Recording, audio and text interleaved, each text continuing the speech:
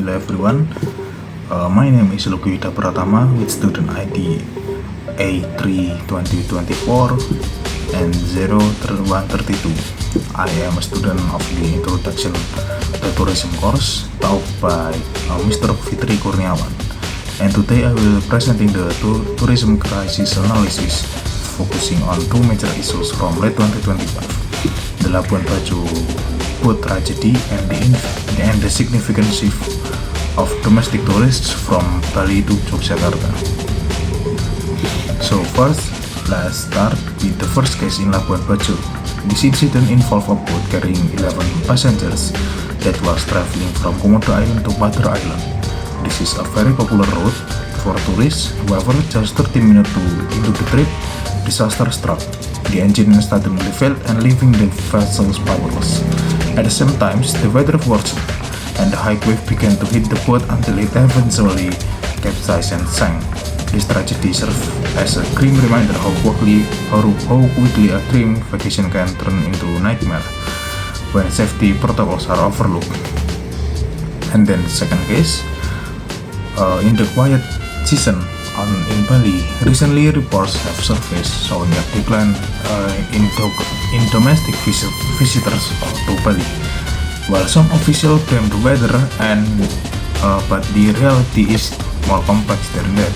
We are seeing a Yogyakarta shift. Many Indonesian travelers are choosing Jakarta over Bali because Yogyakarta is seen as more accessible by land and much more budget friendly. This isn't just a seasonal trend. It's a sign that domestic tourists are reconsidering where they spend their money based on value and comfort. Not only that, there is several issues regarding discrimination around Bali. And then root cause analysis. There are two main failures. First, technical negligence, that the fact that engine died after only 30 minutes suggests that a lack of pre-departure maintenance. Second, a weather prediction. The crew failed to anticipate the sea condition.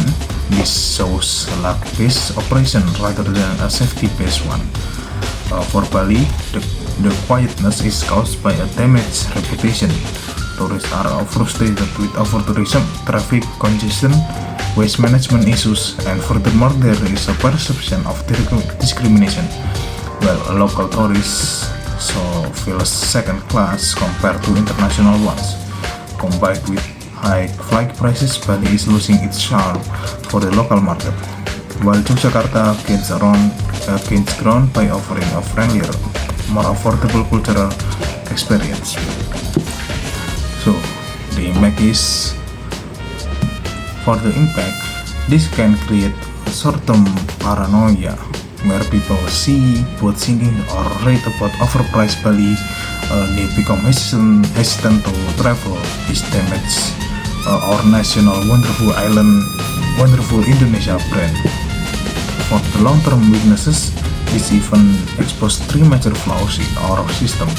First, safety standards are often threatened as suggestions rather than laws. Second, hospitality gaps. We often forget that domestic tourists are the backbone of our human economy. Third, price control.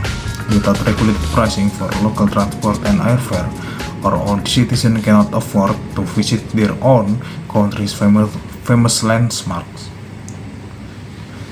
So, what is the solution? For the operator level, managers must create economic package for locals and ensure to every crew has safety certification. Two of that solution must be held by hotel managers and boat owners. Second is destination level. Local government must implement standardized tariff and to stop getok harga and install disaster mitigation tools. So the standardized tariff and disaster mitigation tools like sirens and clear evacuation signs must be held by Dinas Pariwisata or PBPBD.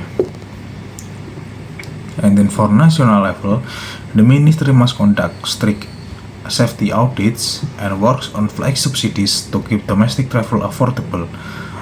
This is of course must be held by Kemenhub and Kemenparekraf. So that concludes my analysis. By fixing these gaps, we can ensure to more safety and more inclusive future for Indonesian tourism or just tourism in general. Thank you, Mr. Fitri Kurniawan, for this opportunity. Thank you.